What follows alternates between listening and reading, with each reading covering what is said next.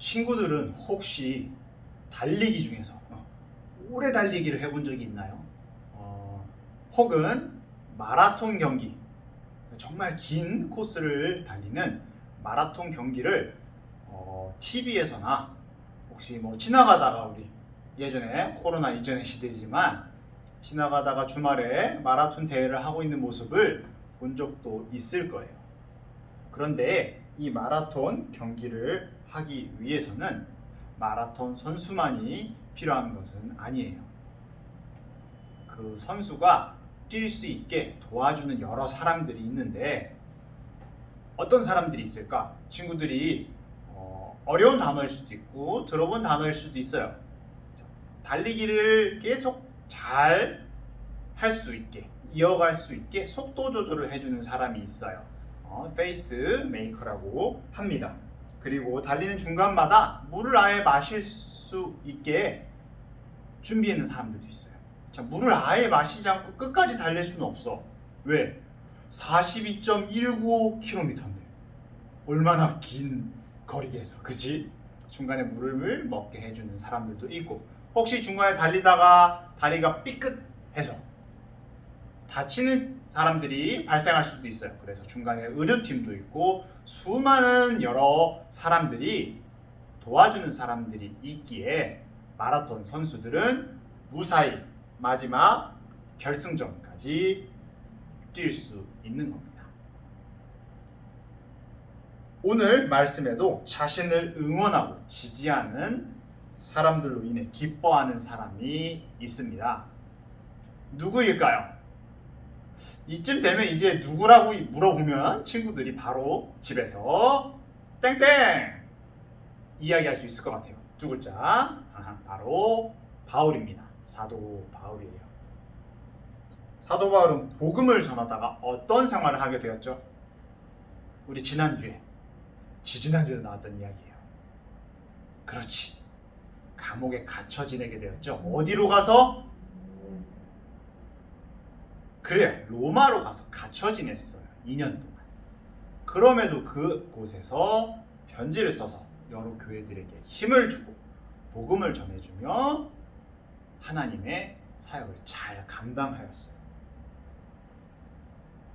바울은 2차 전도 여행 때 빌립보에 갔는데 그곳에서 유럽 최초의 교회를 세웠어요. 이곳에는 예수님과 복음에 대해 아는 사람이 거의 없었어요. 그러나 복음을 받아들이고 예수님을 믿은 이후로는 그 어느 지역보다 복음을 위해 힘을 다하는 교회였어요. 빌립보 교회는 예루살렘 교회가 흉년이 들었을 때 연보, 그러니까 헌금을 모아 어려운 교회를 기쁜 마음으로 도왔고, 전도 여행을 하는 바울을 위해 바울이 필요한 것들을 모아 보내기도 했어요. 심지어 바울이 갇히는 신세가 되자 믿을 만한 일꾼인 에바 브로디도를 로마로 보내어 바울을 돌보도록 하였어요. 그런데 누군가를 위해 물질을 메워준다는 것은 생각만큼 쉽지가 않습니다. 왜냐? 자기가 가진 것을 주는 것이고, 자기가 처한 상황이나 자기가 지금 어려울 수도 있어요. 남을 도우기 힘든 상황일 수도 있는데, 남을 위해 또 다른 교회를 위해 도움을 준다는 것은 하나님에 대한 믿음이 있었기 때문에, 그리고 사랑이 있었기 때문에 가능했어요. 그래서 바울은 나는 여러분들을 생각할 때마다 나의 하나님께 감사하고, 내가 기도할 때마다 그들을 생각하며 여러분 모두를 마음에 두고 기쁨으로 구한다고 말하였어요. 그리고 그 편지를 보내어 빌립보 교회 성도들에게 감사한 마음을 표현했어요. 자, 그런데 사도 바울이 위험에 처한다는 그 상황을 빌립보 교회 성도들이 듣는다면 어떤 마음이 들까? 자, 우리 친구들이 전도사님이랑 이렇게 실시간으로 이야기할 수는 없지만 가정에서 보고 있어요. 한번 대답해보자. 어떻게 했을 것 같아? 전도사님이 시간을 줄게요. 여러 가지 이야기가 있을 것 같아요. 어땠을 것 같아? 옆에 엄마에게 이야기해도 좋고 아빠에게 이야기해도 좋고 혼자 방에서 본다면 전도사님 보고 그냥 이야기해 보세요. 전도사님이 듣고 있겠습니다. 그렇지. 대부분 비슷한 생각을 가질 거예요. 당연히 사도 바울을 걱정하고 그리고 우리가 하는 일이 과연 올바를까라는 생각도 할 수 있어요. 왜? 우리는 하나님의 복음을 전하고 하나님의 일을 하고 있는데 자꾸 왜 사도 바울이 고통을 받고 감옥에 가게 될까? 혹시 우리도 그와 같이 위험한 일을 당하지 않을까? 두려움을 가질 수도 있을 것 같아요. 하지만 사도 바울은 이런 문제조차 생각을 하고 빌립보 교회 성도들이 걱정하지 않게 편지를 씁니다. 12절과 14절에 나와 있는 내용인데 전도사님이 읽어줄게요.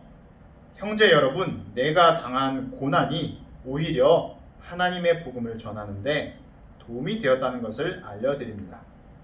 14절, 비록 내가 감옥에 있으나 오히려 사람들은 이것 때문에 자신감을 얻어 더욱 담대하게 그리스도의 복음을 전하고 있습니다. 방금 읽은 성경 요절은 다시 말해 이 말은 거짓말이 아니었어. 감옥에 있는 동안 사도 바울은 편지를 통하여 여러 교회들에게 위로와 용기를 부어주었고 말씀도 전달하였어요. 심지어 로마 황제였던 가이사의 집 사람들에게까지 그 복음이 전해졌어요.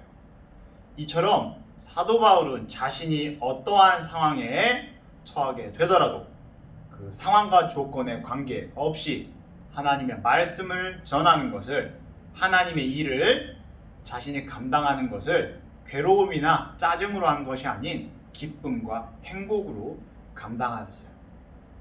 그리고 이 편지를 받은 빌립보 교회 성도들 또한 더 큰 용기와 위로를 얻었을 거라 생각해요. 사도 바울은 혼자였음에도 겁먹거나 지치거나 멈추지 않았어요. 그 이유는 항상 하나님께서 함께 해주셨고 자신이 하는 이 일이, 하나님의 일이 정말 기뻤기 때문이에요. 그리고 빌립보 교회 성도들처럼 바울과 함께하는 동역자들이 많이 있었어요. 가까이 있던지 거리가 조금 멀던지 상관없이 모두 사도 바울의 팀원이었어요. 혼자가 아니라 함께하였기에 사도 바울은 복음을 전하는 그 긴 여정을 기쁨으로 할 수 있었어요. 그렇다면 친구들도 할 수 있지 않을까요? 친구들이 혼자일까? 아니에요. 우선 첫 번째, 전도사님이 있습니다. 전도사님이 친구들과 함께합니다. 그리고 어린이부 유년부 친구들이 여러분과 함께해요. 그리고 선생님도 함께합니다. 그리고 친구들을 정말 많이 사랑하고 늘 기도해 주시는 가족도 함께합니다. 그리고 이 모두보다 더 많이 기도하고 우리를 위해 항상 힘써 주시는 하나님께서 함께 하십니다. 친구들이 혼자가 아닌 함께함을 기억하였으면 좋겠습니다. 그래서 이 가장 아름다운 함께함을 하는, 또 기억하고 새기는 어린이부 유년부 친구들이 다 되었으면 좋겠습니다. 전도사님이 기도하고 마칠게요. 가정에서도 손 모으고 무릎 꿇고 같이 기도하겠습니다. 하나님 감사드립니다. 오늘 사도 바울이 빌립보 교회에 편지를 보낸 이야기를 통하여서 하나님의 복음을 전하는 일이 억지로 하는 것이 아닌 기쁨으로 하고, 또한 여러 사람들이 도와줘서 내가 혼자 하는 것이 아닌 함께함을 저희들이 기억하고 본받아 하나님과 함께, 가족과 친구들과 함께, 또 전도사님과 함께 아름다운 공동체를 이루며 살아가는 한 주가 되게 도와주세요.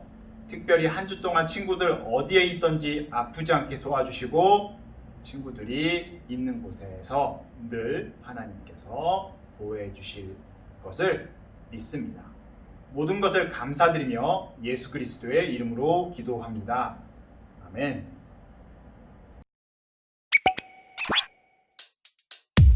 주기도문 주기도문 주기도문 Let's go! 하늘에 계신 우리 아버지의 이름을 거룩하게 하시며 아버지의 나라가 오게 하시며 아버지의 뜻이 하늘에서와 같이 땅에서도 이루어지게 하소서.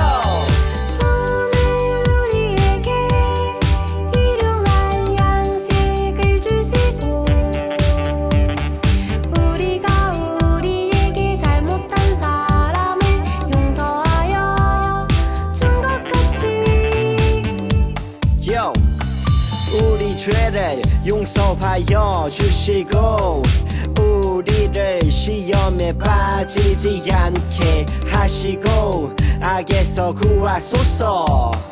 나라와 권능과 영광이 영원히 아버지의 것입니다. 나라와 권능과 영광이 영원히 아버지의 것입니다.